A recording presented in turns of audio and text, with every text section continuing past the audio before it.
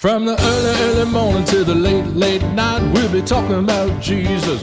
Thanks for tuning in to Talking About Jesus. My name is Jerry Elgeen, and today we're going to be talking about the events leading up to the birth of Jesus Christ.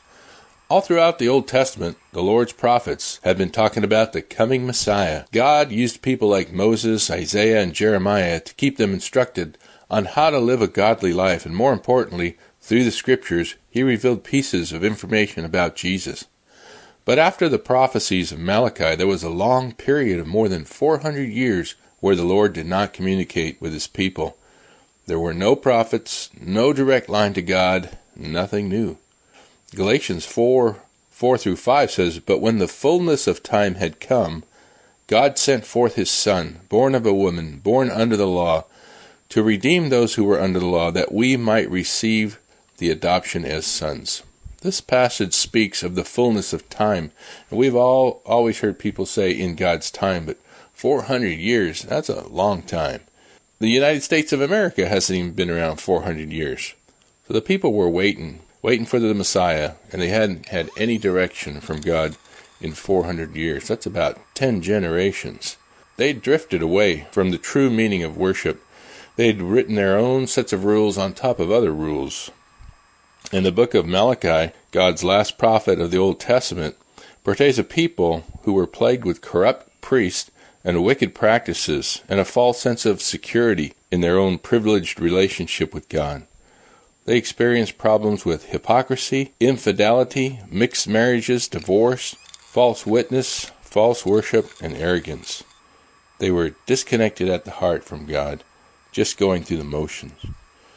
Malachi talks to the priests in chapter 1, verse 10 of Malachi. He says, "Who is there even among you who would shut the doors so that you would not kindle fire on my altar in vain? I have no pleasure in you, says the Lord of hosts, nor will I accept offering from your hand."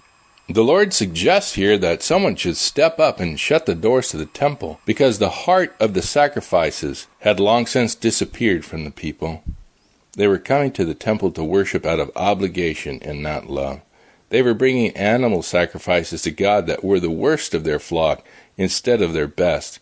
These animals were blind and diseased and crippled on their last leg, and God was genuinely displeased with their worship. In Malachi 1:11, God announces that He will be including the Gentiles, the non-Jew, like you and me. 1:11 says, "For from the rising of the sun even to its going down, my name shall be great among the Gentiles. In every place incense shall be offered to my name, and a pure offering. For my name shall be great among the nations, says the Lord of hosts."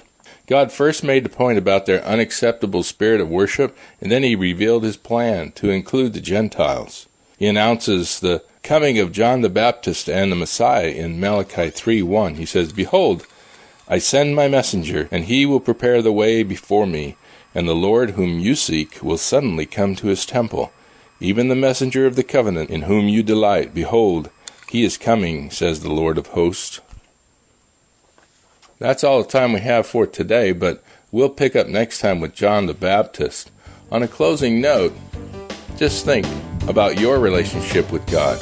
Are you worshiping out of obligation, or are you going to church and fellowshipping from the love of your heart? Thank you very much for listening today, and God bless you.